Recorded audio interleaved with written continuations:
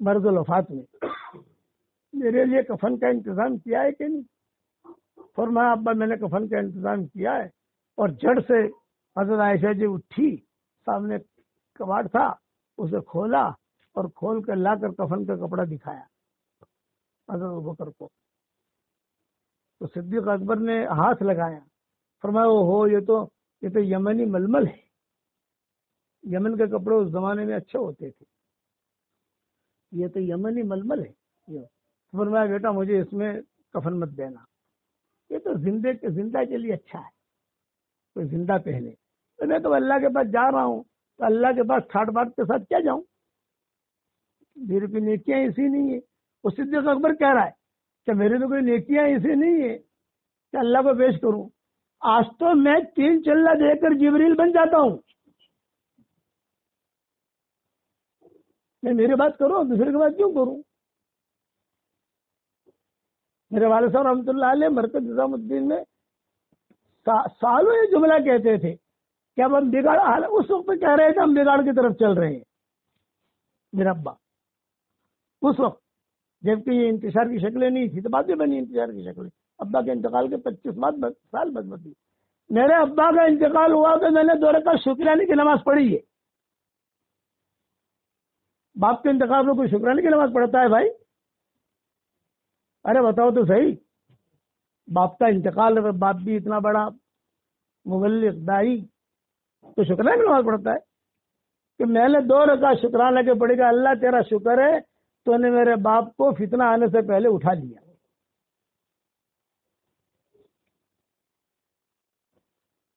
پر پتہ نہیں کتنی جہنمیں بھگتنی پڑتی ان کو.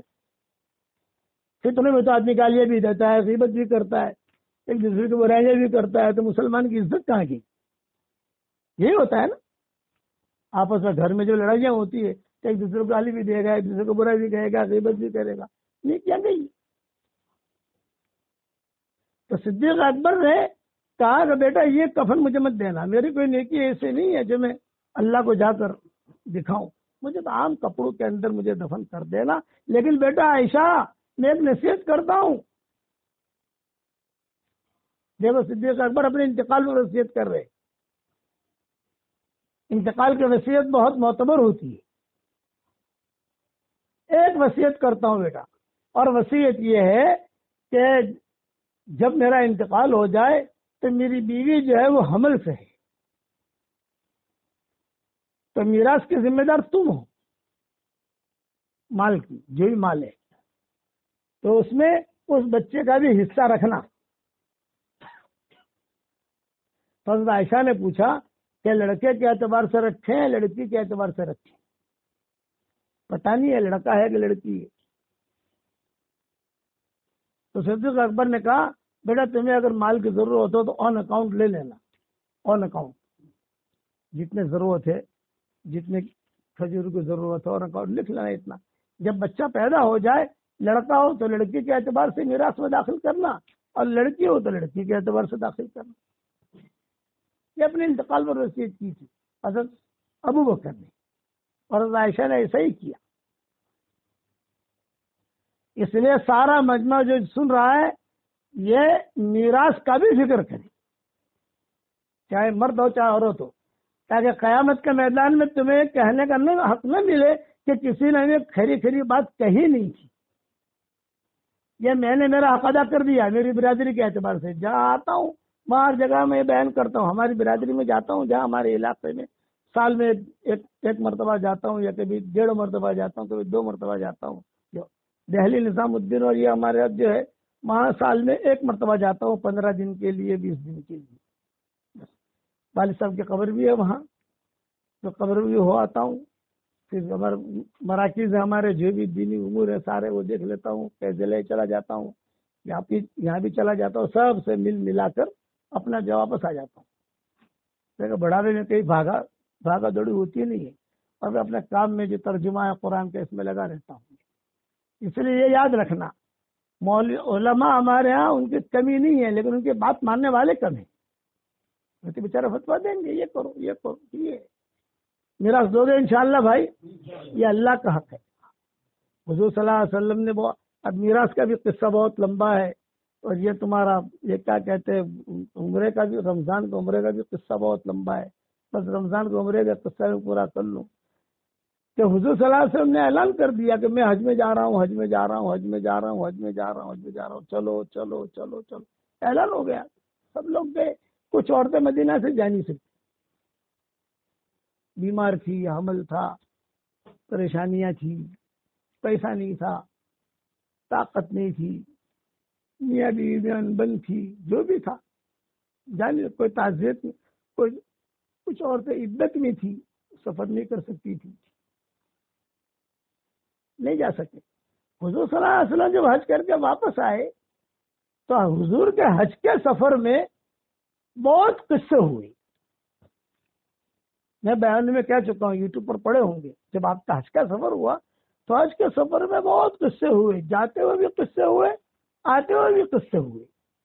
تو وہ قصے ہمارے لیے رہبر ہیں،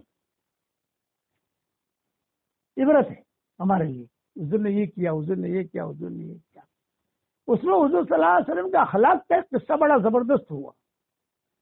حضرت صفیہ جو تھی یہ حوی ابن اخطب کی بیٹی تھی، حوی ابن اخطب، یہ یہودیوں کا بہت بڑا ٹاپ 1 آدمی تھا، مالدار، اس کا نام تھا حوی ابن اخطب۔ یہ جتنا مال آج یہودی کے پاس ہے، بعض علماء نے لکھا ہے اسی کے مال کا بچا ہوا ہے جو چل رہا ہے چل رہا ہے چل رہا ہے چل رہا ہے چل رہا ہے۔ حوی ابن اخطب یہ نام یاد رکھنا، بہت بڑا آدمی، اس سے بڑا مالدار دنیا میں کوئی تھا ہی نہیں۔ یہ حضرت صفیہ اس کی بیٹی تھی، اور اس کے بیٹے کے ساتھ نکاح ہوا حضور صلی اللہ علیہ وسلم کا۔ قصہ لمبا ہے، اتنے بڑے آدمی کی بیٹی یہاں کیسے آئی، تو قصہ کبھی آئیں گے تو سنائیں گے انشاءاللہ۔ لیکن حضور کا اخلاق، حضرت صفیہ کہتی تھی کہ میں جانتی ہوں میرا باپ کتنا برا تھا، اس کے کیسے پلاننگ تھے، میں تو اس کے ساتھ رہتی تھی، میں بیٹی تو گھر میں رہتی ہے نا۔ لیکن جب میں حضور صلی اللہ علیہ وسلم کے نکاح میں آئی تو حضور نے اپنے مرتے دم تک کبھی بھی ہوئے ابن اخطب کی برائی نہیں کی۔ کتنی بڑی چیز ہے، حضور جانتے تھے کہ یار یہی ایک آدمی ہے، یہ اگر مر جاوے تو سارا فتنہ ختم ہو جائے۔ دنیا میں لوگ سوچتے ہیں نا یار یہ ایک آدمی آپ کا زہرو پھوڑو سے آگے جو مر جائے نا تو بس جھاڑو پڑے کرو۔ وہ ایسا آدمی تھا جو حضور کو ہر وقت ستاتا تھا، ہر وقت لوگوں کو پیسہ دینا۔ حوی ابن اخطب اس کا نام تھا، آپ گوگل پہ جا کے دیکھو، لکھو حوی ابن اخطب تو اس کے پوری رپورٹ ملے گی۔ تو صفیہ حضور صلی اللہ علیہ وسلم کے اخلاق بتاتی تھی، یہ کہتی تھی کہ میں اس کی بیٹی اور پکی بیٹی، یہ نہیں کہ وایا وایا آئی ہوں، نہیں، میری ماں اس کی بیوی، اور ہم معلوم ہے پہلے ہی ہے لیکن میرا نکاح ہوا حضور صلی اللہ علیہ وسلم کے ساتھ، اور ایسا ہوا ایسا ہوا ایسا ہوا ایسا ہوا یہ تو۔ لیکن حضور صلی اللہ علیہ وسلم نے زندگی بھر کبھی بھی میرے سامنے ہوئے ابن اخطب کا تذکرہ نہیں کیا۔ حالانکہ شوہر تو کہے گا تذکرہ، تیرے باپ نے مجھے یہ تکلیف دی، تیرے باپ نے یہ دیا۔ ہمارے یہاں تو آسمان نیچے زمین اوپر کر دیتے ہیں، آپ نے ممنوع چپ رہو یا مومن چپ رہے نا، وہ مت پہلے رات کو سارا اٹھا کے دے دیں گے، یوں کیا یوں کیا یوں۔ ماں صفیہ کہتی تھی کہ مجھے کبھی بھی حضور نے نہیں کہا، کبھی بھی۔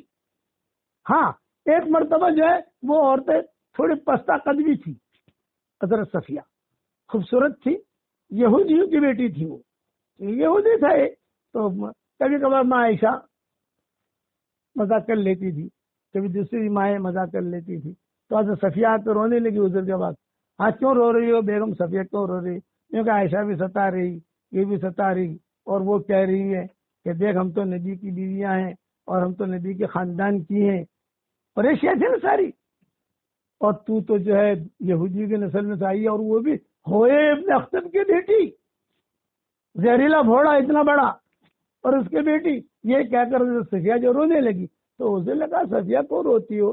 تم ان کو جواب دو کہ تم تو ایک نبی کے ماتحتی میں ہو، محمد کی بیوی ہو، اور میں تین نبیوں کے ماتحتی میں ہوں. میرا باپ حضرت ہارون، میرا چچا حضرت موسیٰ، میرا شوہر حضرت محمد صلی اللہ علیہ وسلم. میں تو تین نبیوں کے بیچ میں ہوں. یہ کہو عزت کی حضور صلی اللہ علیہ وسلم نے. حضرت صفیہ کے والد حضرت ہارون تھے، تو حضور صلی اللہ علیہ وسلم نے کہا، اور حضرت ہارون جو حضرت موسیٰ ہارون سارے کے سارے یہی تورات انجیل جو اس سے چلتے ہیں. کبھی آؤں گا تو انشاءاللہ سناؤں گا. مولوی معاذ یاد دلانا بھائی، یہ تفصیل بھی سننی چاہیے.